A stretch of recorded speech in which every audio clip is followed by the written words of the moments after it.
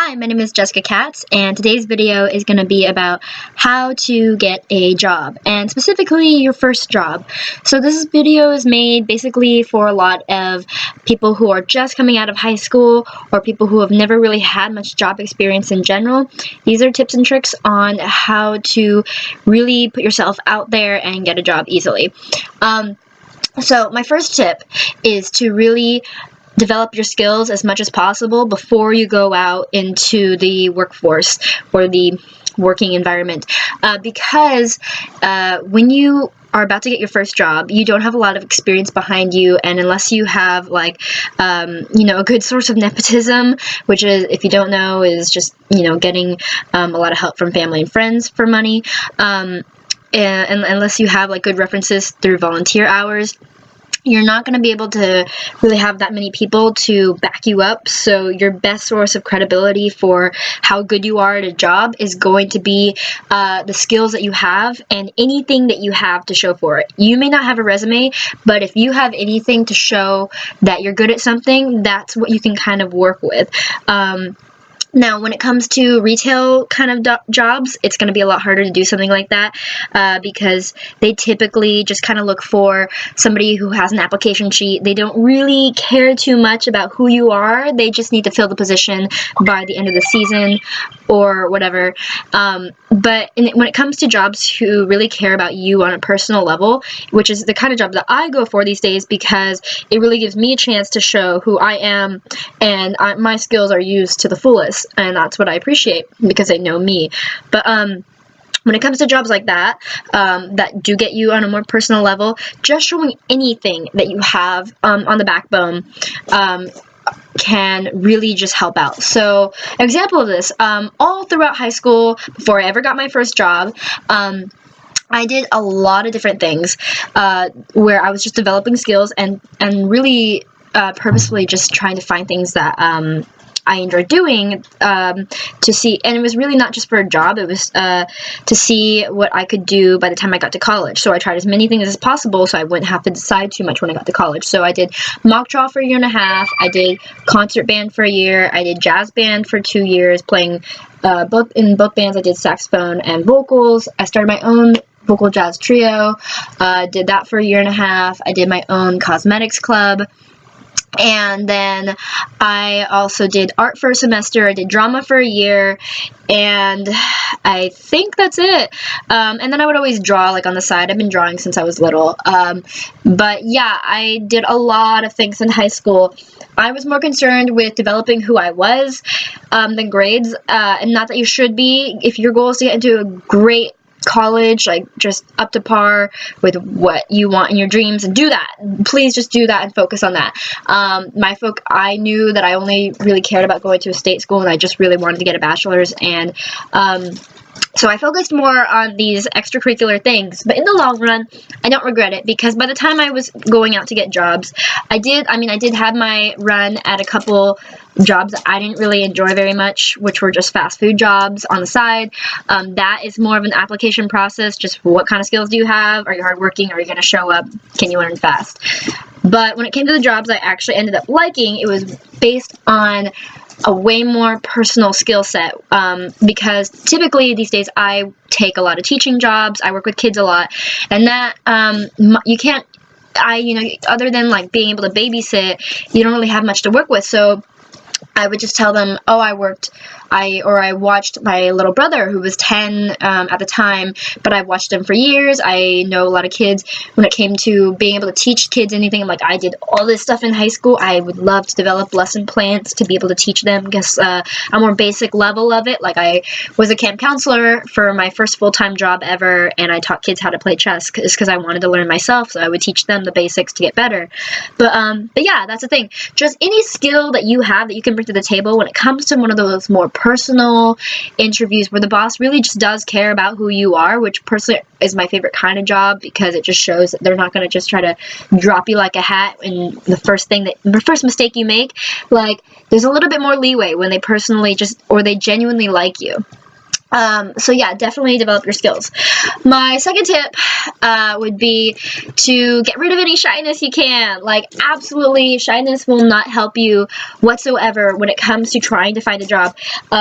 If you're going to be stuttering, if you are timid, like if you have an actual a speech impediment, that's fine. But if you are stuttering out of nervousness or because you just don't do well, personally, I actually do have a lot of social anxiety, and people don't know this about me, but I really do have a lot of social anxiety, and I try to channel it into something that is going to be rewarding on my part, in terms of like I'm a perfectionist when it comes to first meeting somebody, so I try really hard to impress them, and it's really bad because if I overthink it, then I'm really not connecting with them on a personal level. But so I try to tune down my anxiety, tune down my nerves, and just show them the best of myself, and that's really what you want to do. It's kind of like a college application. Sorry, my puppy is eating paper. This is my puppy, Reggie. Say hi, Reggie. Say hi. Say hi. Nope, he doesn't want to say hi right now. This is my puppy.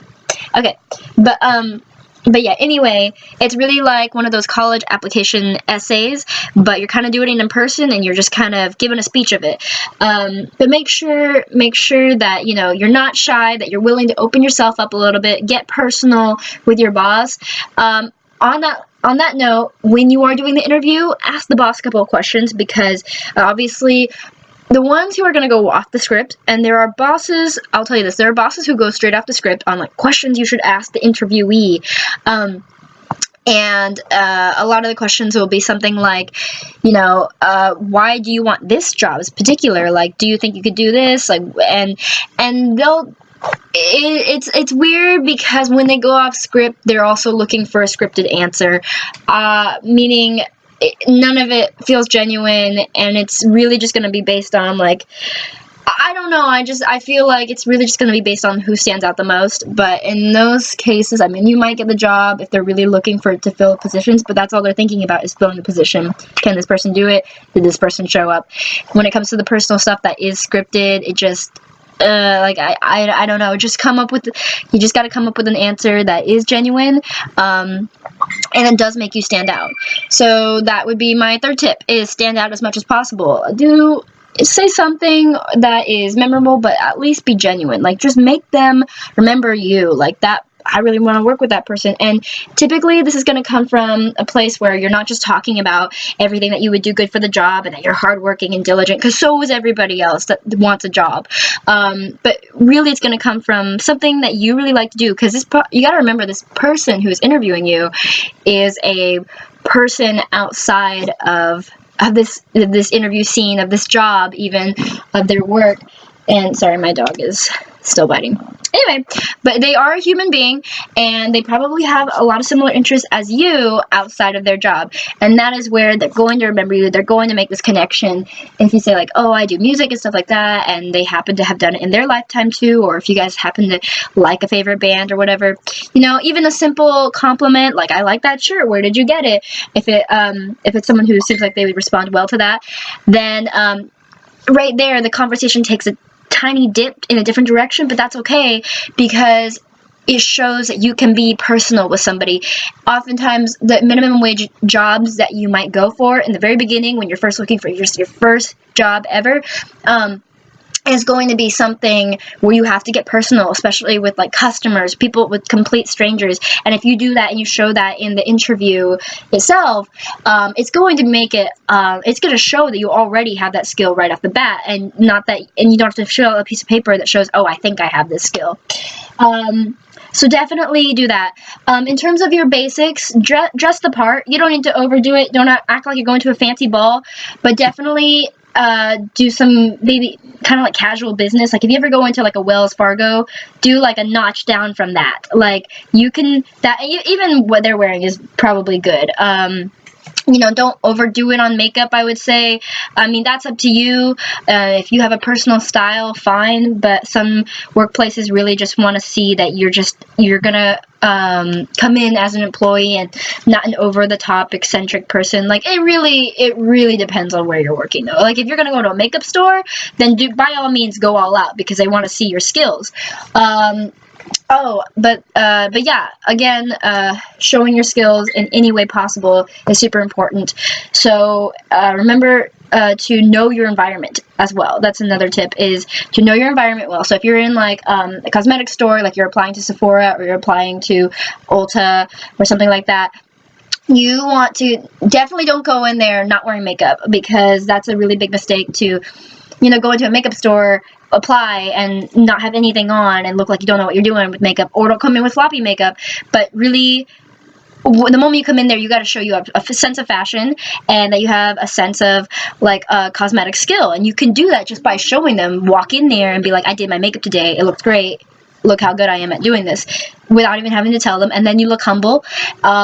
Now, if you're going into a completely different environment, like a food restaurant or whatever, in this case, it's going to be about if you don't have references, if you, like, because they're going to look and see what's your experience before this, especially fast food places.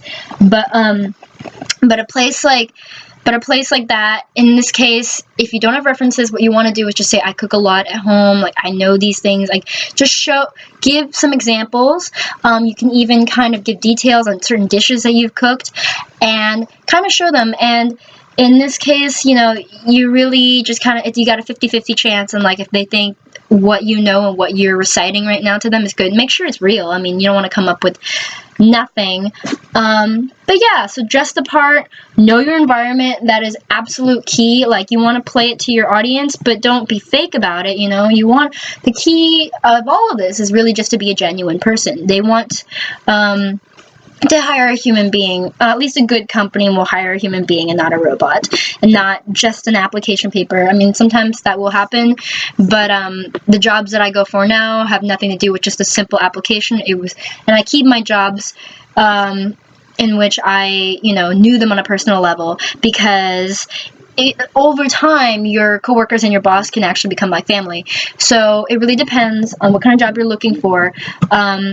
But definitely know your settings, and don't be shy, and develop your skills as much as possible. If you're not in high school, that's fine. You can spend time, your extra time, trying to learn something new, and it also shows that you're a well-rounded person, that you're interested in life outside of yourself, and you're not super self-absorbed, and you're just interested in learning, and it'll show that you're a fast learner. It shows that you can develop skills on your own, and that's what you're supposed to do within the workplace. And a few last tips would be, do research on the company that you are applying for. If you really want that job, do research on it, because it shows that you care about that company in particular. And make sure that any possible questions that they might come up with that are just very generic, like, do you have a means of transportation? Like, what is your skill set? How old are you? Do you kind of have the general knowledge of this? Whatever. Know those answers right off the bat. Just immediately answer them, and in that case, you can use YouTube to look at your generic job interview questions. But also, on the very last note, not being shy is a big thing, because you can also make a lot of friends who can help you kind of get jobs. Not that you should make friends for that specific reason, but you should definitely be able to socialize a lot, because sometimes your friend's just like, hey, my mom needs another person working at her shop, you need a job, and that happens. So really consider that. All right, I know this was kind of a ramble, but I really hope you guys take these tips to heart, because they really did help me a lot throughout, trying to find work. And I have 3 jobs currently. So really, finding a job is not super hard for me anymore, and I don't have to work too hard to get it. Sorry, my dog is still jumping on the laptop. But yeah. Anyway, if this helped.